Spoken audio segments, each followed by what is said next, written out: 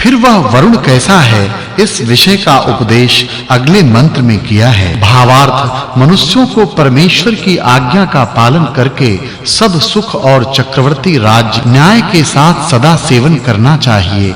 यह 16वां वर्ग पूरा हुआ।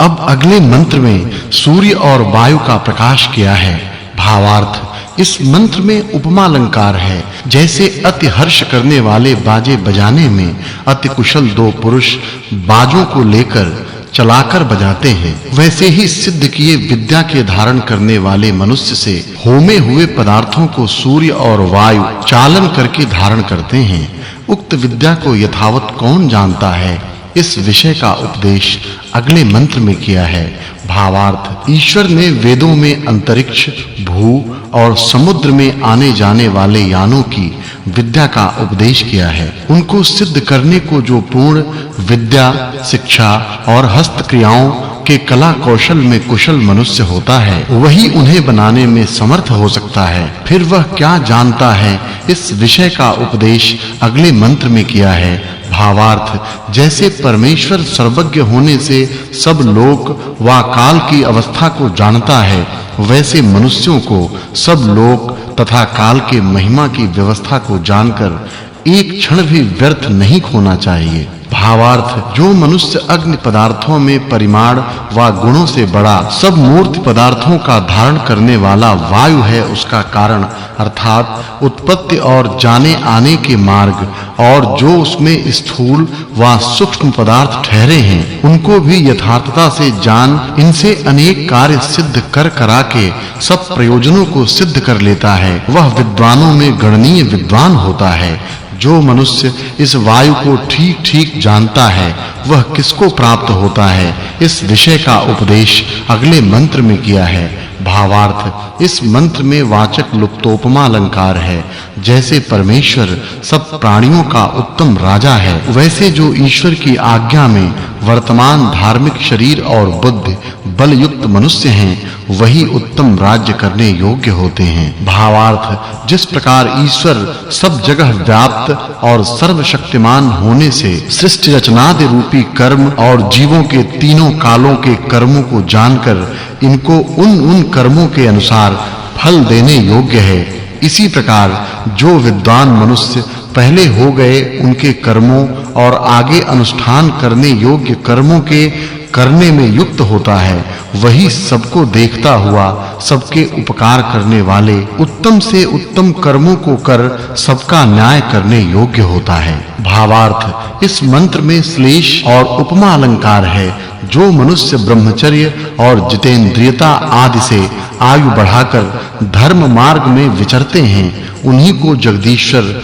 अनुग्रहित कर आनंद युक्त करता है। जैसे प्राण और सूर्य अपने बल और तेज से ऊंचे नीचे स्थानों को प्रकाशित कर प्राणियों को सुख के मार्ग से युक्त करके उचित समय पर दिन रात आदि सब काल विभागों को अच्छे प्रकार सिद्ध करते हैं, वैसे ही अपने आत्मा, शरीर और सेना के बल से न्यायाधीश मनुष्य धर्म युक्त छोटे, मध्यम और बड़े कर्मों के प्रचार से अधर्म युक्त को छुड़ा उत्तम और नीच मनुष्यों का विभाग सदा किया करते हैं। फिर वह वरुण किस प्रकार का है, इस विषय का उपदेश अगले मंत्र में किया है। भावार्थ, इस मंत्र में श्लेषालंकार है। जैसे वायु बल का करणहारा होने से सब अग्नि आदि स्थूल और सूक्ष्म पदार्थों को धर के आकाश में गमन और आगमन करता हुआ चलता, और जैसे सूर्य लोक भी स्वयं प्रकाश रूप होने से रात्रि को निवारण कर अपने प्रकाश से सबको प्रकाशता है, वैसे विद्वान लोग भी विद्या और उत्तम शिक्षा के बल से सब मनुष्यों को धारण कर धर्म में चलकर अन्य सब मनुष्यों को चलाया करें। भावार्थ, इस मंत्र में श्लेषालंकार है। जो हिंसक, परद्रोही, अभिमान युक्त जन हैं, वे अज्ञानपन से परमेश्वर व विद्वानों के गुणों को जानकर उनसे उपकार लेने को समर्थ नहीं हो सकते, इसलिए सब मनुष्यों को योग्य है कि उनके गुण, कर्म और स्वभाव का सदैव ग्रहण करें।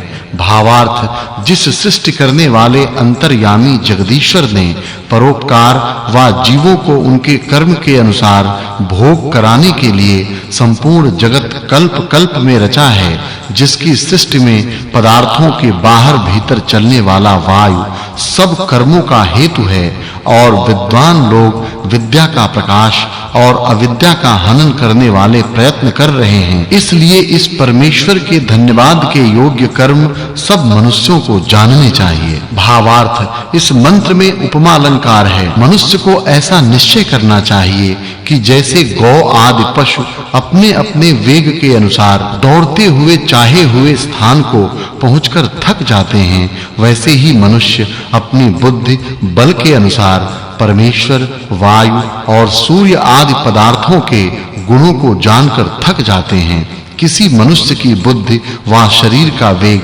ऐसा नहीं हो सकता कि जिसका अंत न हो सके। जैसे पक्षी अपने-अपने बल के अनुसार आकाश को जाते हुए आकाश का पार कोई भी नहीं पाता, इसी प्रकार कोई मनुष्य विद्या विषय के अंत होने को समर्थ नहीं हो सकता। मनुष्यों को यथा योग्य विद्या किस प्रकार प्राप्त होनी चाहिए, इस विषय का उपदेश अगले मंत्र में किया है। भावार्थ, इस मंत्र में उपमा अलंकार है। जैसे यज्ञ कराने और करने वाले प्रीति के साथ मिलकर यज्ञ को सिद्ध कर पूर्ण करते हैं, वैसे ही गुरु शिष्य मिलकर सब विद्याओं का प्रकाश करें। सब मनुष्यों को इस बात की चाहना निरंतर रखनी चाहिए कि जिससे हमारी विद्या की वृद्धि प्रतिदिन होती रहे। फिर भी वे क्या-क्या करें, इस विषय का प्रकाश अगले मंत्र में किया है। भावार्थ, जिससे क्षमा आदि गुणों से युक्त मनुष्यों को यह जानना योग्य है कि प्रश्न और उत्तर के व्यवहार किए बिना परमेश्वर को जानने और शिल्प विद्या सिद्ध विमान आदि रथों को कभी बनाने को शक्य नहीं, और जो उनमें उत्तम गुण है उनके जानने के लिए सदैव प्रयत्न करना चाहिए। फिर वह कैसा है, इस विषय का उपदेश अगले मंत्र में किया है। भावार्थ, जैसे परमात्मा जो उपासकों द्वारा निश्चय से सत्य भाव और प्रेम के साथ की हुई स्तुतियों को अपने सर्वज्ञपन से यथावत सुनकर उनके अनुकूल स्तुति करने वालों को सुख देता है, वैसे ही विद्वान लोग भी धार्मिक मनुष्यों की योग्यता प्रशंसा को सुन सुखयुक्त किया करें। फिर वह परमात्मा कैसा है, इस विषय का उपदेश अगले मंत्र में किया है। भावार्थ, इस मंत्र में वाचक् लुप्तोपमा अलंकार है। जैसे परब्रह्म ने इस संसार के दो भेद किए हैं, एक प्रकाश वाला सूर्य आदि और दूसरा प्रकाश रहित पृथ्वी आदि लोक। जो इनकी उत्पत्ति व विनाश का निमित्त कारण काल है, उसमें सदा एक सा रहने वाला परमेश्वर सब प्राणियों के संकल्प से उत्पन्न हुई बातों का भी श्रवण करता है। इससे कभी अधर्म के अनुष्ठान की कल्पना भी मनुष्य को नहीं करनी चाहिए। वैसे इस शिष्ट क्रम को जानकर मनुष्य को ठीक-ठीक वर्तना चाहिए। भावार्थ, जैसे धार्मिक परोपकारी विद्वान होकर ईश्वर की प्रार्थना करते हैं, जगदीश्वर उनके सब दुख बंधनों को छुड़ाकर सुखयुक्त करता है, वैसे ही कर्म हम लोगों को क्या न करने चाहिए। 24वें सूक्त में कहे हुए प्रजापति आदि अर्थों के बीच जो वरुण शब्द है, उनके अर्थ को इस 25वें सूक्त में कहने से इस सूक्त के अर्थ की संगति पहले सूक्त के अर्थ के साथ जाननी चाहिए। यह पहले अष्टक और दूसरे अध्याय में 19वां वर्ग और पहले मंडल के छठे अनुवाक में 25वां सूक्त समाप्त हुआ। अब 26वें सूक्त का प्रारंभ है। उसके पहले मंत्र में यज्ञ कराने और करने वालों के गुण प्रकाशित किए हैं। भावार्थ, इस मंत्र में श्लेषालंकार है। यज्ञ करने वाले विद्वान हस्त क्रियाओं से बहुत पदार्थों को सिद्ध करने वाले विद्वान स्वीकार और उनका सत्कार कर अनेक कार्यों को सिद्ध कर सुख को प्राप्त करे वा करावे। कोई भी मनुष्य उत्तम विद्वान पुरुषों के संग किए बिना कुछ भी व्यवहार व परमार्थ रूपी कार्य को सिद्ध करने में समर्थ नहीं हो सकता। फिर वह किस